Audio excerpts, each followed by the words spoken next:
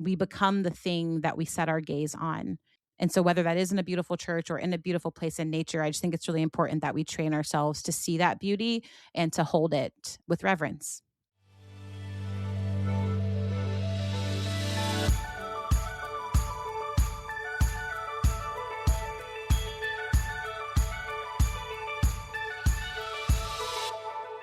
Hello, and welcome to the Shifting Culture podcast, in which we have conversations about the culture we create and the impact we can make. We long to see the body of Christ look like Jesus. I'm your host, Joshua Johnson. Sometimes it feels like the whole world is moving faster than it was designed to. The pace of our lives keeps accelerating. The problems feel urgent. The pressure to respond, to fix things, to say the right thing, to do enough can start to feel like it all rests on our shoulders. But what if the way we're trying to change the world is quietly destroying us? In this conversation, I'm joined by Bethaney Wilkinson. A few years ago, she found herself living inside that pressure, working for justice, carrying the weight of the world, pushing harder and harder until her body finally forced her to stop. What followed was a deep rethinking of how we live, how we work for good in the world, and what it means to pursue justice without losing our souls. We talk about burnout and urgency, about why constantly staring at the dragons of the world can slowly reshape our hearts, and why beauty, slowness, and attention might actually be essential for faithful living. Because maybe the goal isn't to save the world through constant urgency. Maybe the deeper invitation is to become the kind of people who can actually heal it. So join us. Here is my conversation with Bethaney Wilkinson. Well, Bethaney, welcome to Shifting Culture. So excited to have you on. Thanks for joining me. Thank you for having me. Glad to be here. You write in your book, much of modern life draws us into a pace that feels frenetic and into patterns of urgency that create chaos in our souls. When did that become reality for you? Wow, what a good question. I would say I started to notice this probably 7 or 8 years ago. I was working a pretty cool job. I did like the job. And I just noticed that the pressure to perform in that particular role, plus looking at all of the different justice issues happening in our society, plus just being a person who longed for more quiet and rest and connection than I could ever seem to get my arms around. I just was like, something's off here. Something is off. This isn't working. This cannot be the way that we're meant to live. It's unsustainable. I'm anxious. I'm growing increasingly unwell in my body. And you can't just go on a retreat and fix everything. Like something in my life, the way I'm oriented towards life has to change. And so that started, yeah, about maybe 7 or 8 years ago. And it got progressively worse until I ended up leaving the city, leaving that job, sitting in a hospital room, having to change my whole life because my body made me. So when we have this sense of urgency and we continue to go at a frenetic pace, like we feel like what we do like in the next minute matters to the whole history of the world. Like it's like we have this sense. It is all like right there and it's all on our shoulders. Like we have to produce this change that we want to see and it requires everything to us. How did that show up in your body? How did you first start recognizing what was happening in your body? So there were the very physical things on the surface. So heart palpitations, if I'm honest, eye twitches, nausea, sleeplessness. So those were the physical sensations. Then there was emotionally a lot of frustration, irritability, and I don't mean like you've had a bad day. I mean this is like a constant state of being because I was really engaged in some racial justice education work. I also noticed in myself that I was kind of becoming all the things I was hoping other people wouldn't be. So, really resentful and angry and judgmental and just unloving, like the fruit of my life ceased to be loving and peace giving. And so that's also how I noticed it because my way of dealing with it. And I think our culture supported this. I just kind of tried to keep pushing through, I'll just keep working. I'll work harder. I'll do more, I'll post more, I'll just keep going. And that really wasn't the best solution. I learned the hard way, but that's how I responded at the time. The weight is all on me. It's all on my shoulders. If I don't say this, do this, post this right now, then obviously I hate everyone in the whole world and and it's all going to, collapse. So it's a lot of pressure. And so those are some of the ways I noticed it physically, emotionally, and then just the state of my heart. I felt like the state of my heart and soul were not bearing the type of fruit that were in alignment with my values. All the time, there are so many dragons in this world that we want to slay. It said they couldn't look the dragon directly into the eye in Greek mythology in the stories. It was too much for them to bear to look at the dragon. So they had to see the dragon shadow in their shield and to get a sense of what it is so that they could fight it off through the reflection of the dragon and the shield. What do you think it does to our souls to consistently look at the dragon, look at evil, and work? I mean, because you're working for justice. Justice is really important. We all feel like there's some sort of justice that we want to work towards. But if we look straight at it constantly, what do you think that does to our souls if we don't actually slow down a little bit? Yeah, I think we become the thing that if we're not conscious of it, we can easily become the thing that we are hoping to resist. And it's subtle. It's really subtle and it takes a lot of attention and slowness to catch that and to pay attention. I think we also run the risk of just wearing ourselves out and losing the strength and capacity to actually engage or resist in the way that we hope we will. That's a couple of things that come to mind. I think that's so much of why I started trying to wrap my mind around what it looked like to move more beautifully through the world and to let my gaze lift and to see the trees and the birds and the stars and to feel the wind on my skin. It sounds like really romantic and perhaps lofty, but it really has been such a critical shift, like shifting my gaze, shifting my attention, being reminded of the nature of life itself and even considering all the ways I believe God knit his intentions for the world into creation, that really facilitated a shift for me from looking at the dragon or even staring at the dragon's reflection to paying more attention to all of the good and beauty that I hope to be living towards. We live in a chaotic world. We live in a world that feels like there's despair, there's less hope now. I think people, because of that, they feel like it's more urgent than ever to go at a frenetic pace to make sure that this isn't the way the world will work in the future, and we have to do it now. Do you think that this more beautiful way to live that you're talking about, more grounded, slow, does it work? Mm. Is it something that we should start to think about more than frenetic urgency? I've been sitting with that question even as, I'm launching this book and the world's really chaotic and there are a lot of things demanding our attention and our action right now. And so I've been asking myself, Bethany, does this work? You're about to go tell everybody it works. Does this work? And I want to say yes with a caveat. I think what I've realized in having lived through the story of this book and writing it, and we may or may not get into this more, but I've also had a pretty drastic shift in my faith life, which has helped a lot. I think that this way of living only works if you're rooted in something significantly bigger than yourself. And if you're rooted in a sense of time and redemption that doesn't rest on your own shoulders. That's what I think. That's my guess. And so I would say that prior to writing this book, when I was in that season of like burnout and strain on my body, mind, soul, etc., I was kind of I feel like I was maybe a functional agnostic. That's kind of some of the language I've been using. Like I say I believe in God, I say I'm a Christian, but I'm not living as if God is real or as if there's spiritual reality at all. It's really all up to me. And I think that fed my sense that I have to be on the front lines of everything because if I'm not doing it, then surely the world's going to end.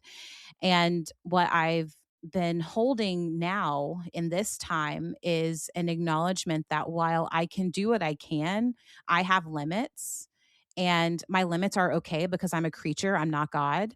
And it's actually wise for me to live within those limits.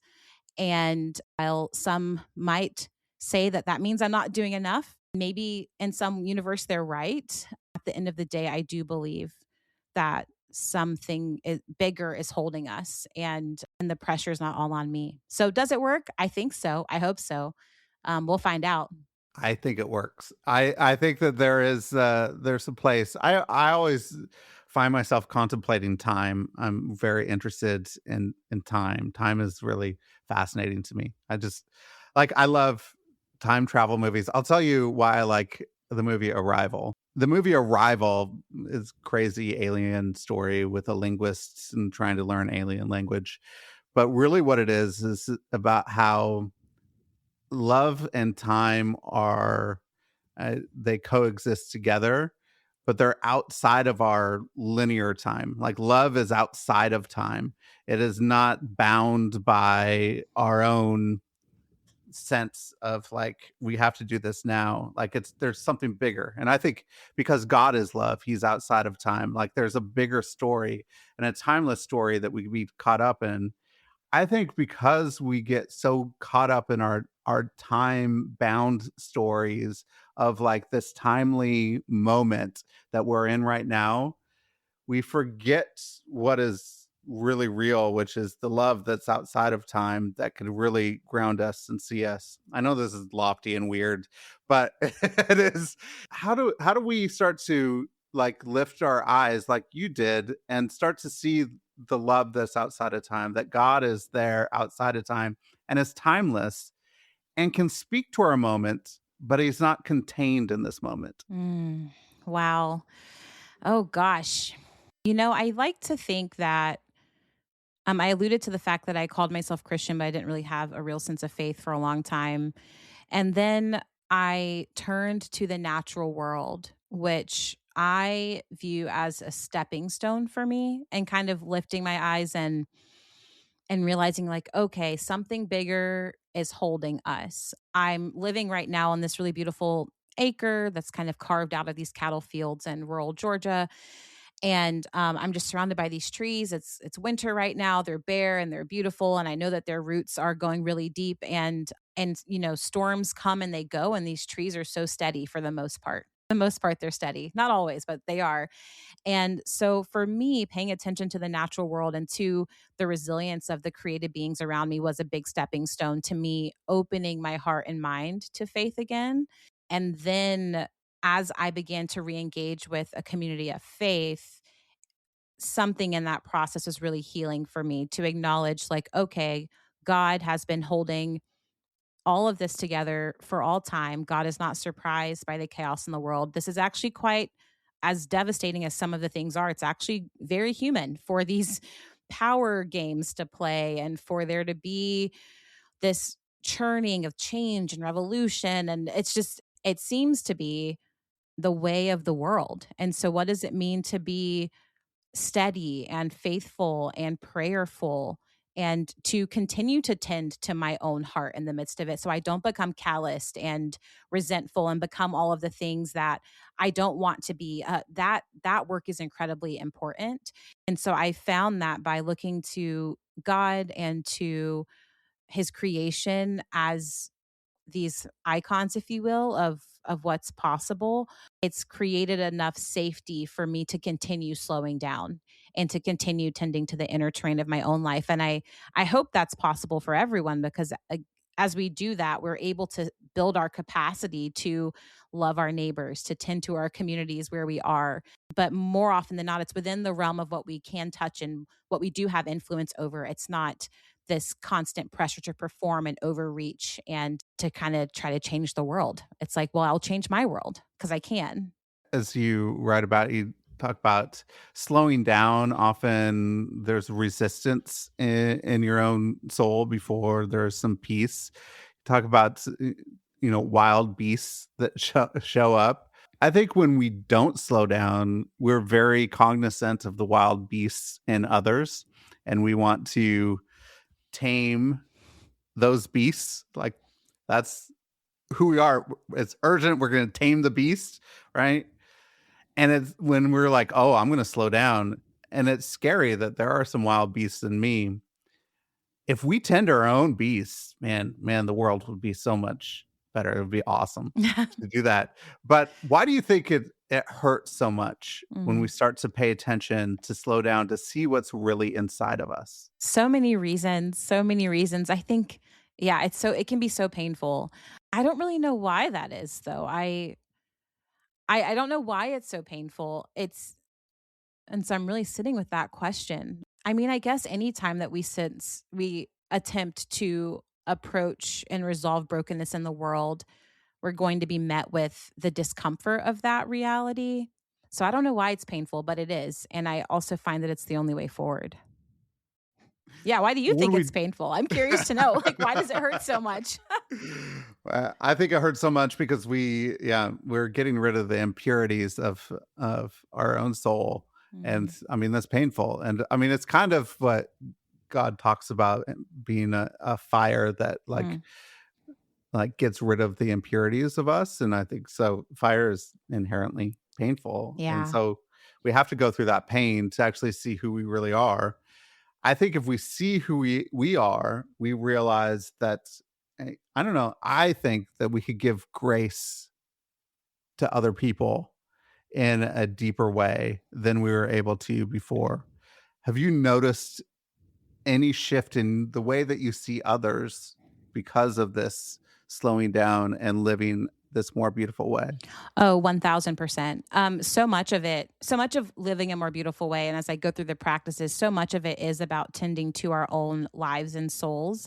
And just like you said, it, as you get into the weeds of your own heart, the judgment, the shame, the fear that's there, the hatred of the other that's in there, the whatever it might be, the pride, as you become practice at noticing that in yourself, you become aware of the fact that literally every other person you're interacting with has their own stuff that they are responsible for.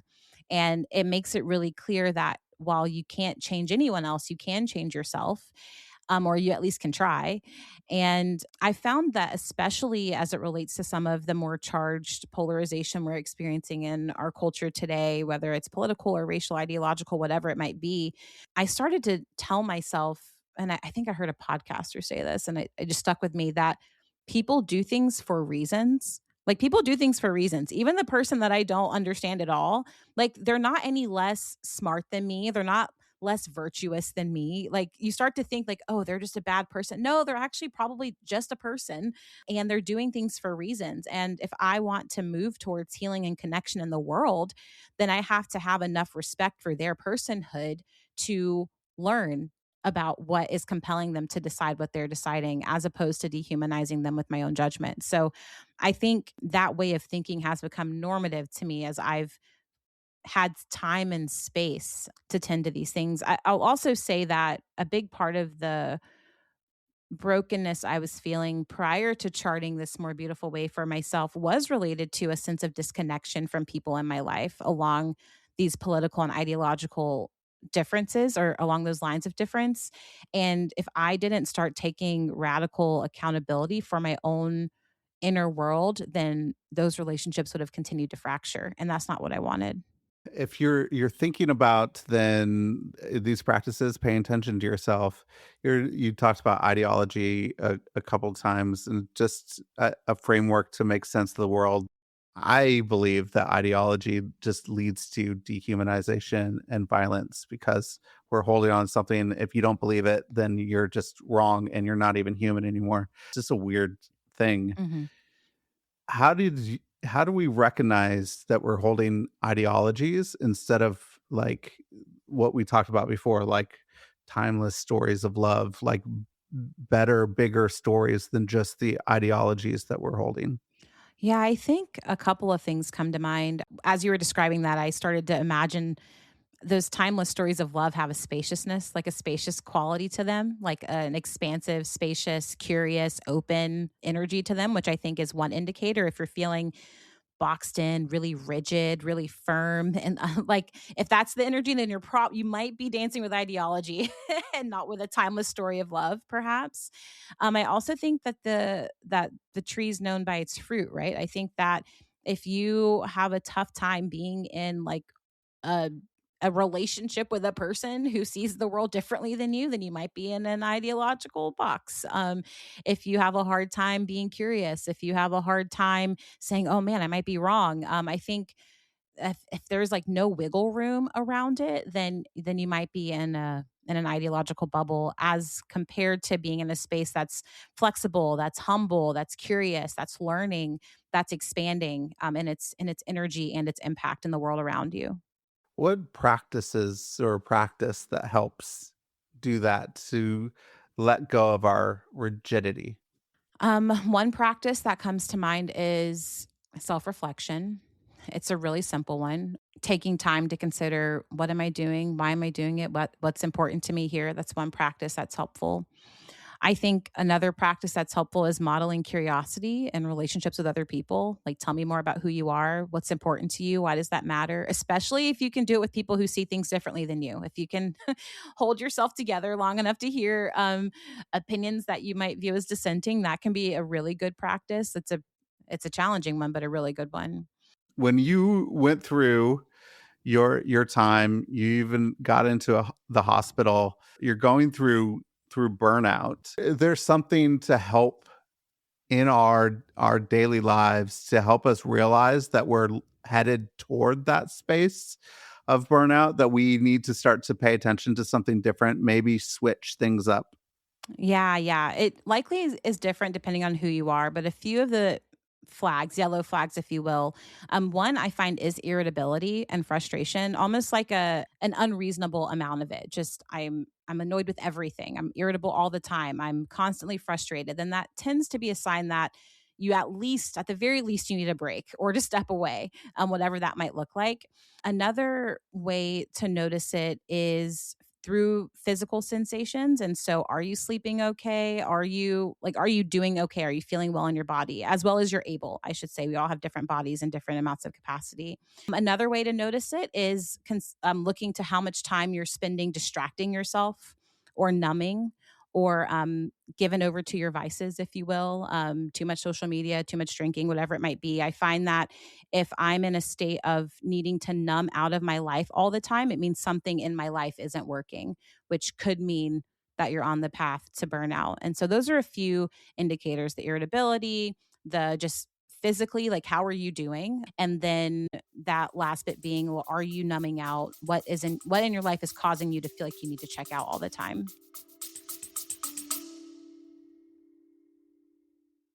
Hey everyone, thank you so much for listening and thank you for supporting the show. If you'd like to support the show and get early ad-free episodes, you go to Substack at shiftingculture.substack.com.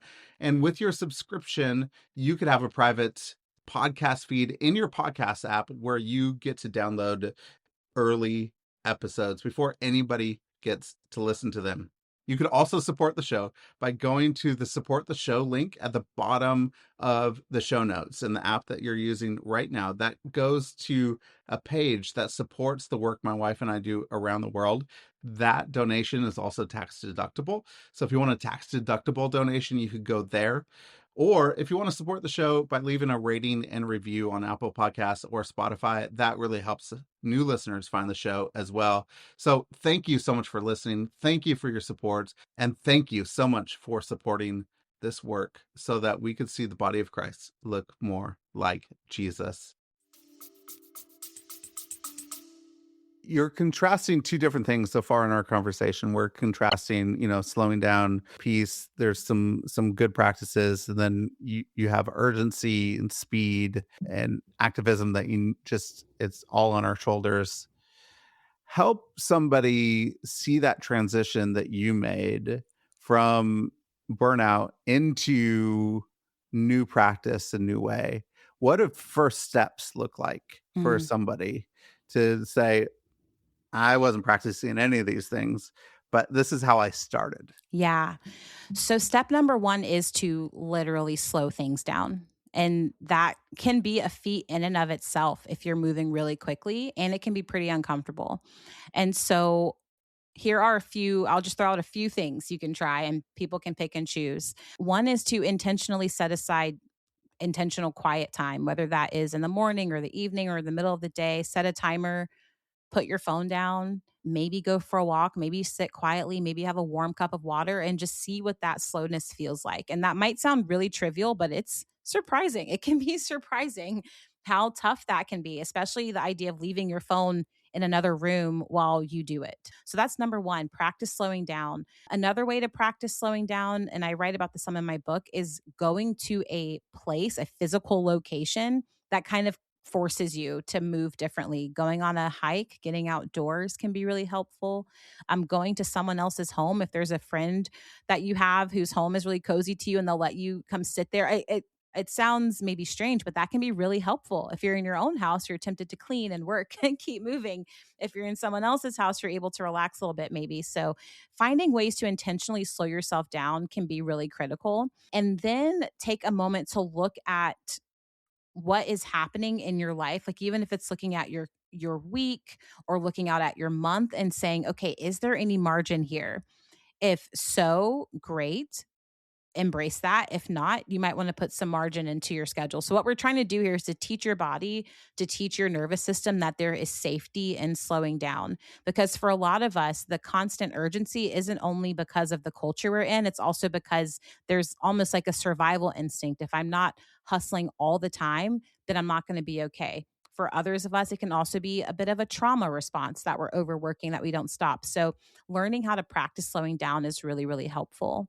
A second practice that I recommend is connecting with your body and just noticing how you're physically doing, how you're physically feeling. One of the things that we tend to ignore, or I can speak for myself that I tend to ignore when I'm overworking, especially, is just the basic needs that my body has: needs for water, needs for food, needs for rest. And so our bodies are really they're wisdom keepers. Our bodies are wisdom keepers, and they often help us know if we're moving in alignment with what our bodies need or if we're out of alignment. So that's a couple of things that I would offer to people. And then, of course, in the book, I go through, 7 more practices to support people on that journey.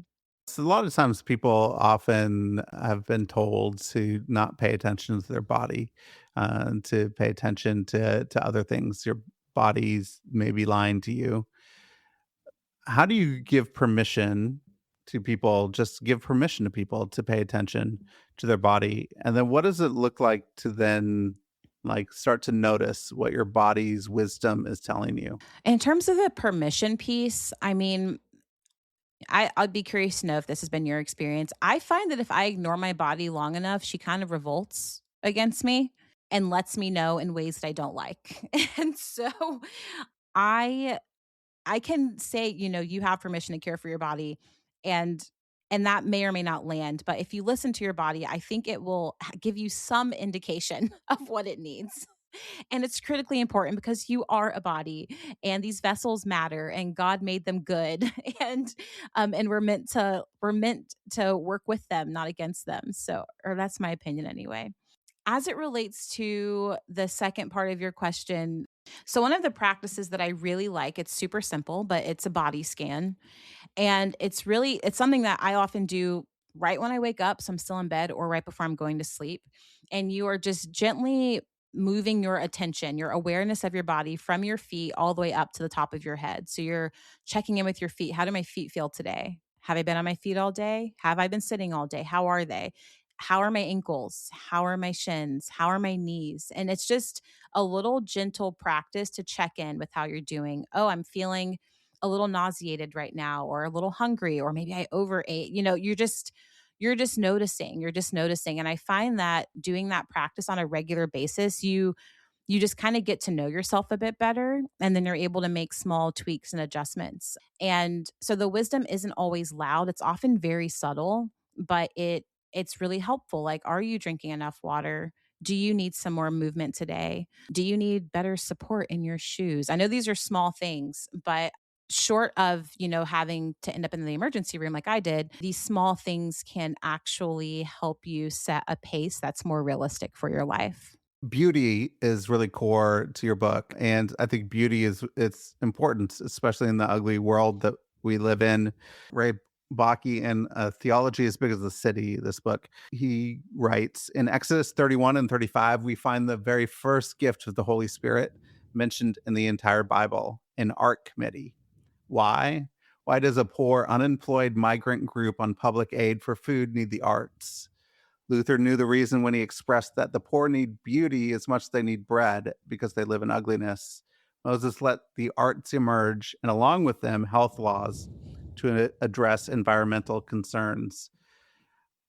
I think then, in the midst of the desert and the ugliness of life, it is very interesting to me that the first gift of the Holy Spirit was an art committee to build the beauty of the tabernacle, just and for artisans to be able to do that. So, why do you think beauty is important in the Mm, world today? yeah. Beauty has a way of reminding us of that love that exists beyond time that you were describing earlier. I recently converted to Orthodox Christianity. Well, kind of recently, about 10 months ago. And one of the things that was so compelling and healing for me was entering into a church for the first time or the first few times and really being captivated by the beauty there, by the attention to detail, the iconography, the the incense, the candles. And what I love about that expression of worship is it is so embodied, and it's all of your senses are captivated, and all of your attention are kind of drawn to, again, that time beyond time, that love that's beyond time, and it's overwhelming in the best possible sense. It's overwhelming. It's a very similar experience I had, and I have even living here. I was in Colorado many years ago, and my husband and I were driving in the middle of nowhere, and the sky was like perfectly clear, and it seemed like the sky was full of like millions of stars.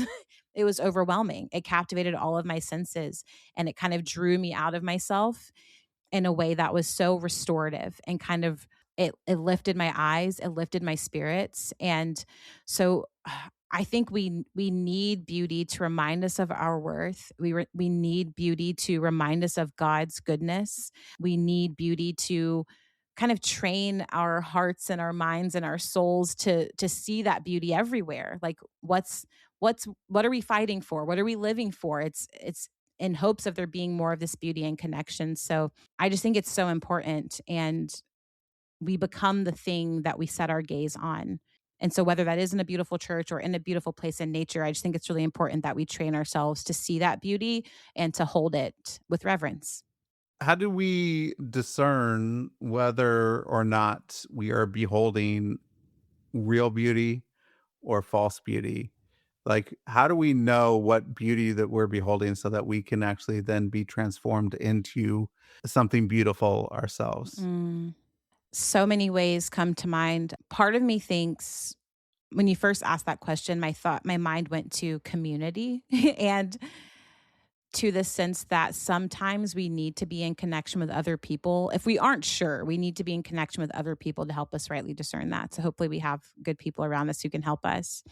The other thing that comes to mind is I kind of alluded to this earlier, but to pay attention to the fruit of that observation. Are you becoming more beautiful, more spacious, more loving, more free in your interior space, more peaceful? Are you becoming a non anxious presence in the world, or are you persisting in being an anxious, frettered, or, energy in the world? I think kind of noticing the impact it's having inside of you is important.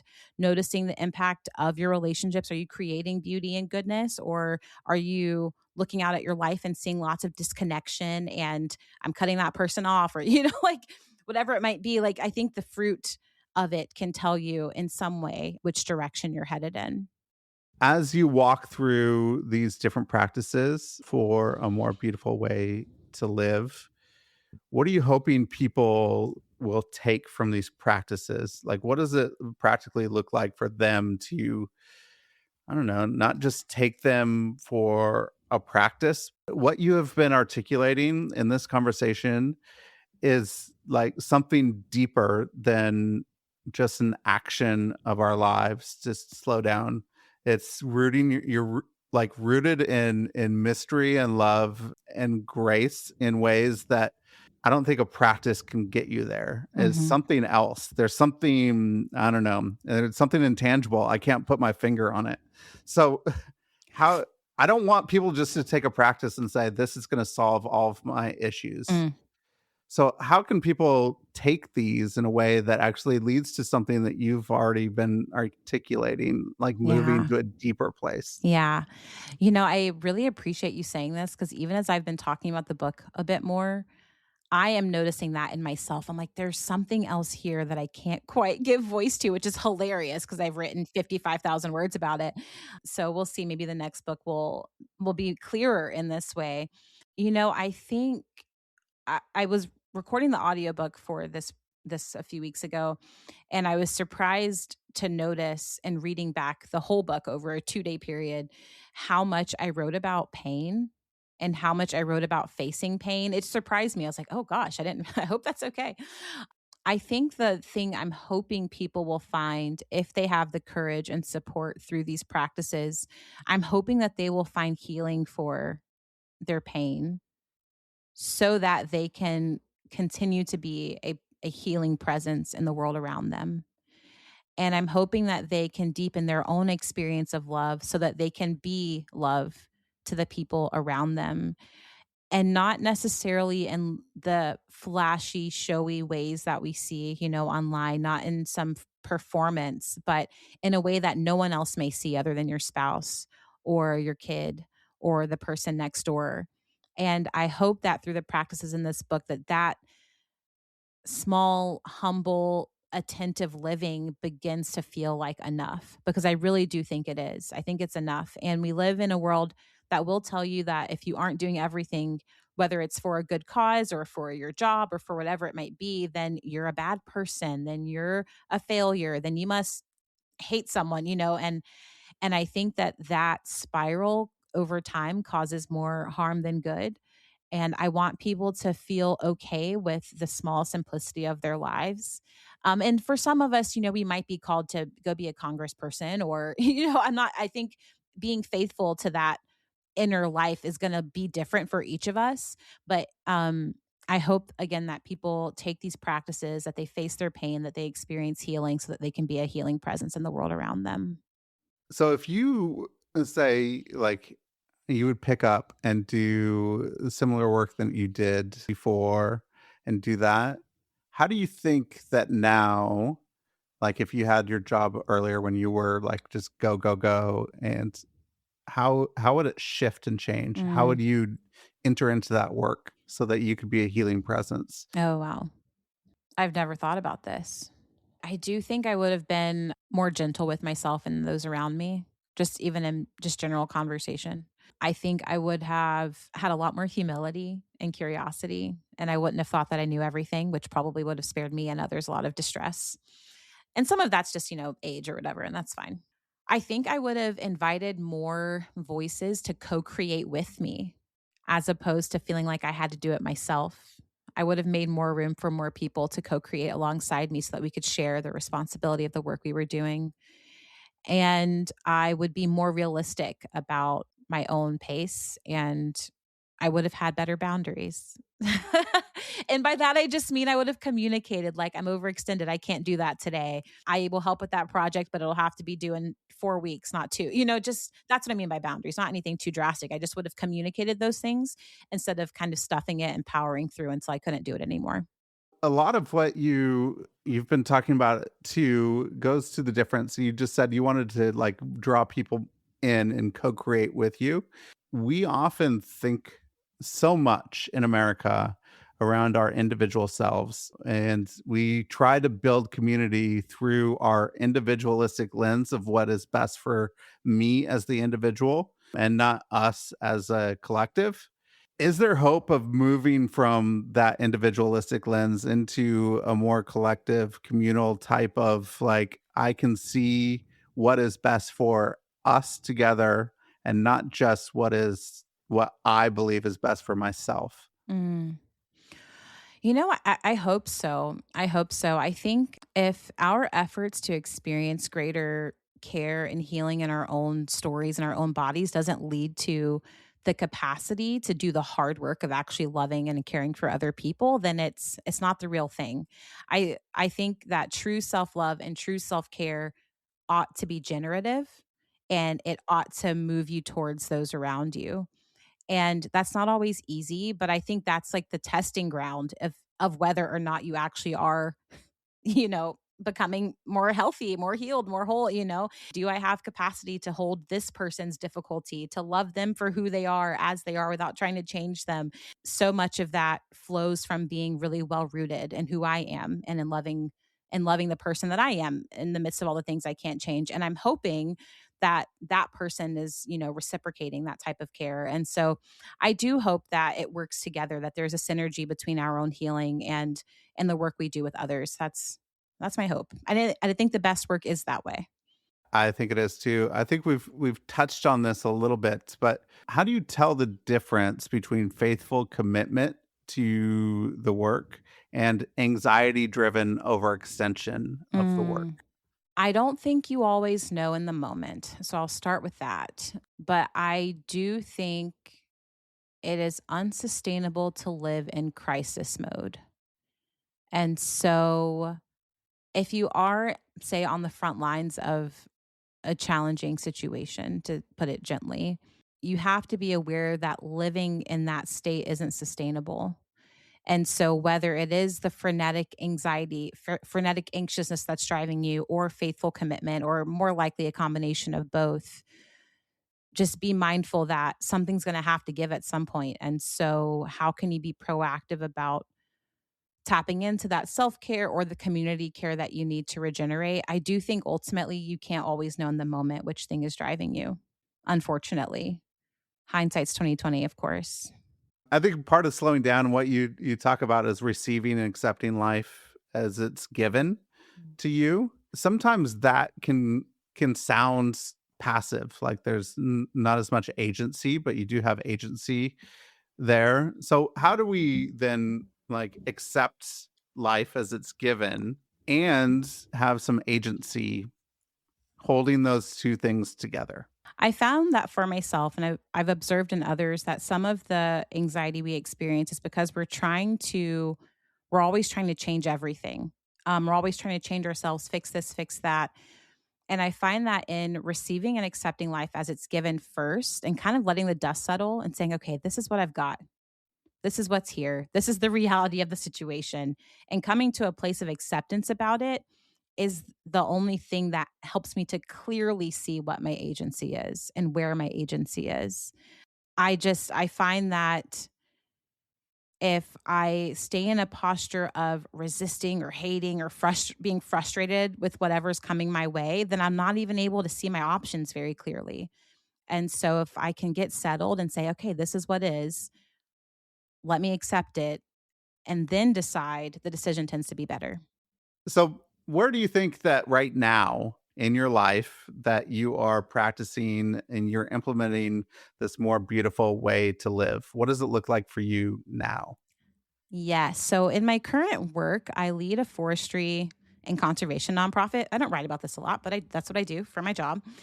And even just this past week, my organization is kind of interesting. We're a network of 8 other organizations, and so it's a lot of people that I'm interacting with, and a lot of interests to weigh, and a lot of resources being moved around. And then I have a pretty small team, and there was kind of a something that happened in our network in our organization that created a good bit of anxiety is not the right word, but just there's a lot of potential for chaos in the midst of what we're navigating. And I realized that I did not feel overwhelmed. I'm like, okay, I'm going to accept this for what it is. I can't change these people. That's fine. I don't need to change them. Here's what we're dealing with. Here's what we're looking at. And I felt myself, this was literally on a call yesterday, take a deep breath and say, here's what it is. I looked at my team. I'm like, we're going to be fine. We are going to be fine because our work is important. We know what to do. We have what we need. So have a great weekend. And I want you to bring all of that joy that you have over the weekend into our work on Monday when we're going to solve this problem. And so I tell that story to illustrate that Bethaney 5 years ago would not have handled this way. I would have been an anxious mess. I would have stayed up all night. I probably would have called too many people trying to figure things out. I just was so disconnected from myself. I didn't have any self trust. I just was all over the map. And I would say over these years of practicing a more beautiful way, number one, slowing down. Number two, check in with my body. Number three, have a clear assessment of what's within my control. Number four, be aware that we're living in a rhythm here. This isn't the end of the world. We're going to circle back to this in a few days. Like all of these little practices over time have taught me how to be a better leader, a better wife, a better participant in my faith community. I see the fruit of this all over my life, and I'm really grateful for it. It feels so much better. I'm way less anxious. Things aren't perfect. That's the other thing. I'm like, this is still a problem we have to solve, but better that I'm grounded and accepting of it as opposed to anxious and terrified and overdoing it because I think it's going to go badly. I just find that these practices have been really generative, and I'm grateful for that. What is your hope for then a more beautiful way to live? What's your hope for the book and for the readers, the people who pick up this book? I hope that on the surface of things, I do, of course, hope that people slow down and experience deeper connection to themselves and their bodies. Beyond that, I hope that people are able to discern what is theirs to do in the world. Like, what is Mm. their work? What are their limits? What do they need to be well? And what do they have to give? Like, I really hope that people are more dialed into their good and beautiful and limited lives as creatures on the earth, and that they're able to give the full force of their love and energy there. That's what I hope for. Might be a tall order, but we'll see. It could happen. A couple quick questions here at the end, Bethany. One, if you go back to your 21-year-old self, what advice would you give? uh, chill out and keep having fun. That's what I would tell her. Yeah, chill out. It's gonna be okay. I'd probably maybe tell her to find a good mentor and and when she's freaking out to ask for help. Awesome. That's good. Anything you've been reading or watching lately you could recommend? Yeah, I've been reading a book called Against the Machine by Paul Kingsnorth. Mm-hmm. I'm really obsessed with it, reading it nice and slowly. I'm also reading Pride and Prejudice because I'm in a Jane Austen book club. So there's that. I do recommend it.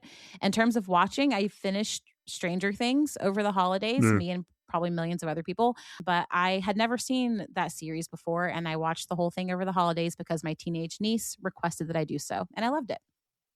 That's good. Yeah. Well, that's good. I mean, you could read the beginning of Against the Machine and be very anxious. So True. that's You're I'm not glad wrong. you're reading some other things like Pride and Prejudice that'll help you I'm just in other hoping ways. the end. I hope the end he comes through with some good ideas. I don't know. We'll see. Bethany, this book, A More Beautiful Way to Live, will be available March 3rd. Anywhere books are sold, people could go and get the book. So, Bethany, how can people connect with you? Where else would you like to point people to? Sure. Yeah. You can find me on Instagram at Bethaney B. I am slowly leaving Instagram though. So it's not the permanent place. It's just the easiest. And then you can find me on Substack at The Inner Terrain or A More Beautiful Way. Either of those will point you to me. Perfect. Well, Bethany, thank you for this conversation. Oh, Thank you thank for you. just opening yourself up and just being a non-anxious presence here in this conversation. It was a beautiful conversation. Really loved it. So thank you so much. Aw, thank you.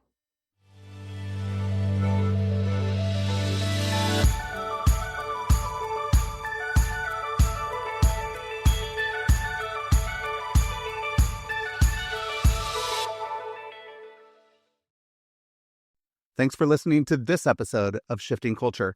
This show was edited and produced by me, Joshua Johnson, at Shifting Culture Productions. If you're enjoying the conversations, consider supporting the work by subscribing at shiftingculture.substack.com. For as little as $5 a month, you'll get ad-free early access episodes and other exclusive content delivered straight to your inbox. I'd love for you to not just listen, but engage. Reach out. Share what's resonating, and let's keep shaping culture together. Whether you're a listener with feedback, a creative with an idea, or a brand looking to connect with a thoughtful, engaged audience, let's talk. If you're interested in advertising on the show, I'd love to hear from you. Contact me directly for rates and availability. Until next time, let's keep shifting culture.